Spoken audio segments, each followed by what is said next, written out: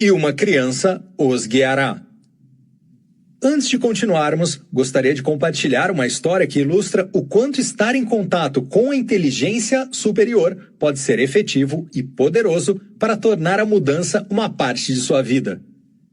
Meus filhos, hoje jovens adultos, usaram um método de meditação semelhante ao processo que descreverei na parte 3 deste livro. Como resultado da prática dessas técnicas, eles manifestaram algumas aventuras marcantes. Desde a infância deles, temos um acordo para que trabalhem na criação de coisas materiais ou eventos que queiram experimentar. No entanto, nossa regra é que eu não interfiro ou ajudo na produção do resultado. Eles têm de criar sozinhos as realidades pretendidas, usando suas mentes e interagindo com o campo quântico. Minha filha de 20 e poucos anos estuda artes na faculdade. Estávamos na primavera e perguntei o que ela desejava manifestar durante as próximas férias de verão. Ela tinha uma lista imensa. Em vez do típico emprego de verão, ela desejava trabalhar na Itália, aprender e vivenciar coisas novas, visitar pelo menos 6 cidades e passar uma semana em Florença, pois tinha amigos naquela cidade. Queria trabalhar nas 6 primeiras semanas do verão com um salário decente, depois passar o resto das férias em casa. Elogiei minha filha pela visão clara do que queria e lembrei-a de que a inteligência universal orquestraria o modo como seu sonho de verão se manifestaria. Ela cuidaria do o quê. Uma consciência superior trataria do como. Visto que minha filha tem prática na arte de pensar e sentir antes da experiência real, lembrei apenas de que não só estabelecer todo de uma intenção de que tal seria aquele verão, que pessoas ela veria, que eventos aconteceriam, que locais ela visitaria, mas também sentir como seria vivenciar essas coisas. Pedi-lhe para criar a visão em sua mente, até ficar tão clara e real que o pensamento se tornasse a experiência e as sinapses de seu cérebro começassem a conectar essas informações como se fossem uma realidade. Se ela continuasse sendo a jovem no dormitório da faculdade, com o sonho de ir para a Itália, então seria ainda a mesma pessoa vivendo a mesma realidade. Assim, lá em março, ela tinha de começar a ser aquela jovem que estivera na Itália durante metade do verão. Sem problema, disse ela. Minha filha já tivera experiências como essa antes, quando quis participar de um videoclipe e quando quis fazer uma maratona de compras sem limites. Ambas as experiências transcorreram em perfeita elegância. A seguir, relembrei minha filha. Você não pode levantar-se depois da criação mental dessa experiência como a mesma pessoa que era antes de se sentar. Você tem que se levantar como se tivesse acabado de passar o verão mais incrível de sua vida. Saquei, disse ela. Minha filha entendeu o lembrete de que era preciso mudar para um novo estado de ser a cada dia. E após cada criação mental, ela deveria passar o dia em um estado de ânimo elevado pela gratidão gerada por ter tido aquela experiência. Minha filha telefonou algumas semanas depois. Pai, a universidade está oferecendo um curso de verão sobre história da arte na Itália. Posso baixar o custo do programa e de todas as despesas de $7.000 para $4.000. Você pode me ajudar? Bem, não é que eu seja um pai que não apoia os filhos, mas aquilo não me causou a impressão de ser o que ela originalmente havia definido como meta. Ela estava tentando forçar e controlar o resultado daquele possível destino, em vez de permitir que o campo quântico orquestrasse os eventos da forma certa para ela. Aconselhei-a a realmente viver aquela viagem à Itália e pensar, sentir, falar e sonhar em italiano até se perder na experiência. Algumas semanas depois, quando ela ligou novamente, sua empolgação era palpável. Ela estivera na biblioteca batendo papo com a professora de História da Arte e acabaram falando em italiano. Ambas são fluentes no idioma. Em dado momento, a professora disse: acabei de me lembrar. Um de meus colegas precisa de alguém para lecionar o nível básico de italiano para alguns alunos americanos que vão estudar na Itália nesse verão. É claro que minha filha foi contratada. Veja, Ela não apenas seria paga para ensinar, com todas as despesas cobertas, como iria a 6 cidades italianas diferentes em 6 semanas, passaria a última semana em Florença e conseguiria estar em casa na segunda metade do verão. Ela manifestou o trabalho sonhado e todos os aspectos da visão original. Não se trata de uma jovem em busca de uma oportunidade com a tradicional determinação tenaz de encontrar um programa, pesquisando na internet, indo atrás de professores e etc. Em vez de seguir a causa e o efeito, minha filha alterou seu estado de ser a ponto de causar um efeito. Ela viveu segundo a lei quântica. Ao se conectar eletromagneticamente a um destino pretendido que existia no quantum, seu corpo foi atraído para o evento futuro. A experiência encontrou-a. O resultado foi imprevisível, chegou de uma forma que ela jamais esperaria. Foi sincrônico. E não houve dúvida de que era resultado de seus esforços internos. Pense nisso por um momento. Que oportunidades estão lá fora esperando encontrar você? Quem você está sendo nesse momento e em todos os outros momentos? E sendo desse jeito, você vai atrair tudo que deseja? Você consegue mudar seu estado de ser? E quando habita uma nova mente, você consegue observar um novo destino? As respostas serão abordadas no restante deste livro.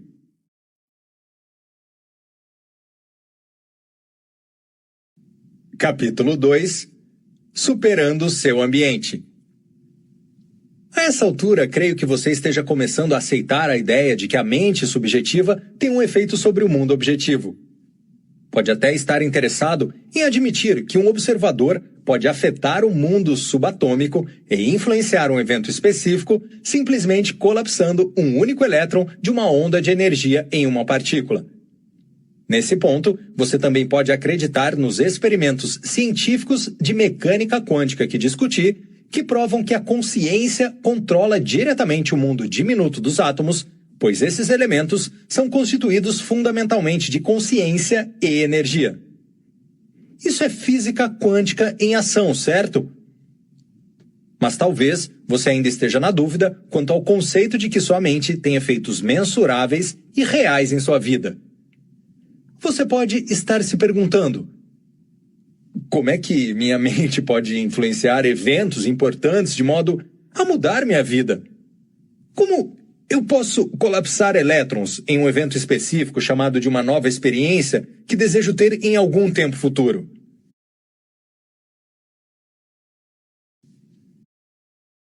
Eu não ficaria surpreso se você estiver se questionando sobre sua capacidade de criar experiências reais num mundo mais amplo da realidade.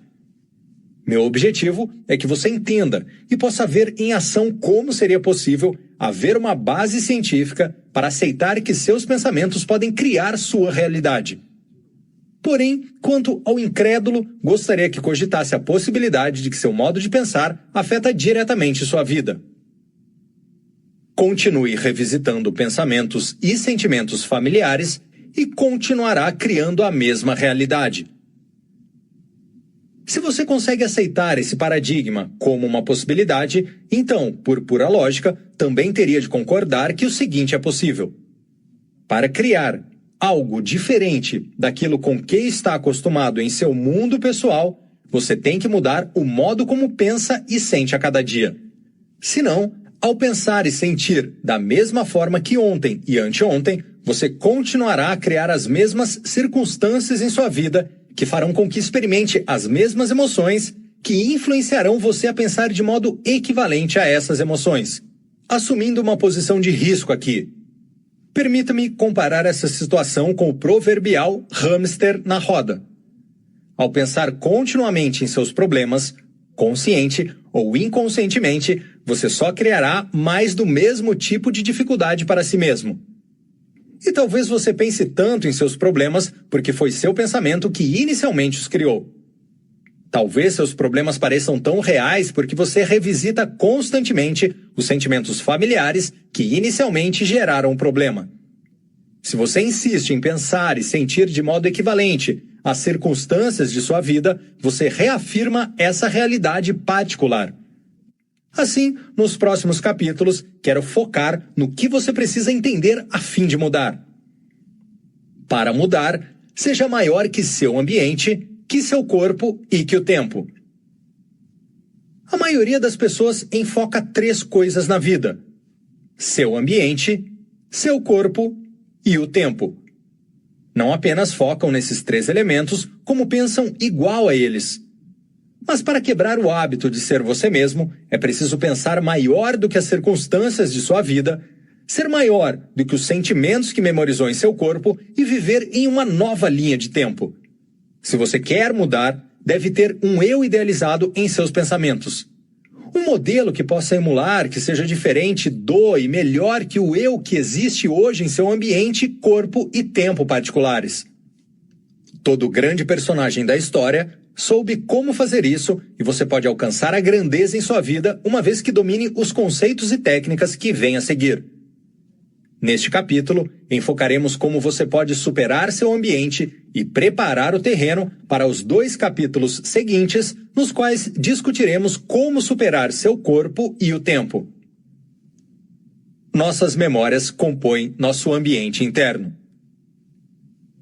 Antes de começarmos a falar sobre como é possível quebrar o hábito de ser você mesmo, quero apelar a seu bom senso por um momento. Como teve início o hábito de pensar e sentir da mesma forma repetidamente? Só posso responder essa pergunta falando do cérebro, o ponto de partida de nossos pensamentos e sentimentos. A atual teoria neurocientífica diz que o cérebro é organizado para refletir tudo o que sabemos em nosso ambiente. Toda informação a que fomos expostos ao longo da vida, na forma de conhecimento e experiências, é armazenada nas conexões sinápticas do cérebro. Os relacionamentos com as pessoas que conhecemos, a variedade de coisas que possuímos e com que estamos familiarizados, os lugares que visitamos e em que vivemos em tempos diferentes de nossa vida, além da miríade de experiências que tivemos ao longo dos anos, estão todos configurados nas estruturas do cérebro. Até o vasto conjunto de ações e comportamentos que memorizamos e repetidamente desempenhamos durante a vida estão gravados nas intrincadas dobras de nossa massa cinzenta. Portanto, todas as nossas experiências pessoais com pessoas e coisas em tempo e lugares específicos estão literalmente refletidas nas redes de neurônios, células nervosas que compõem nosso cérebro. Como chamamos coletivamente todas essas memórias de pessoas e coisas que experimentamos em tempos e lugares diferentes de nossa vida? De ambiente externo. Na maior parte, nosso cérebro é igual ao nosso ambiente, um registro de nosso passado pessoal, um reflexo da vida que tivemos. Durante as horas de vigília, enquanto interagimos rotineiramente com os diversos estímulos de nosso mundo, nosso ambiente externo ativa vários circuitos cerebrais. Como consequência dessa resposta, quase que automática, começamos a pensar e reagir igual ao nosso ambiente. À medida que o ambiente nos faz pensar, redes familiares de células nervosas disparam aquelas experiências prévias refletidas, já conectadas no cérebro. Em essência, pensamos automaticamente de maneiras familiares derivadas de memórias passadas. Se os seus pensamentos determinam sua realidade e você continua a ter os mesmos pensamentos, que são produto e reflexo do ambiente, você continuará a produzir a mesma realidade dia após dia. Assim, seus pensamentos e sentimentos internos correspondem exatamente à sua vida externa, pois é sua realidade exterior, com todos os seus problemas, condições e circunstâncias, que influencia como você pensa e sente em sua realidade interior.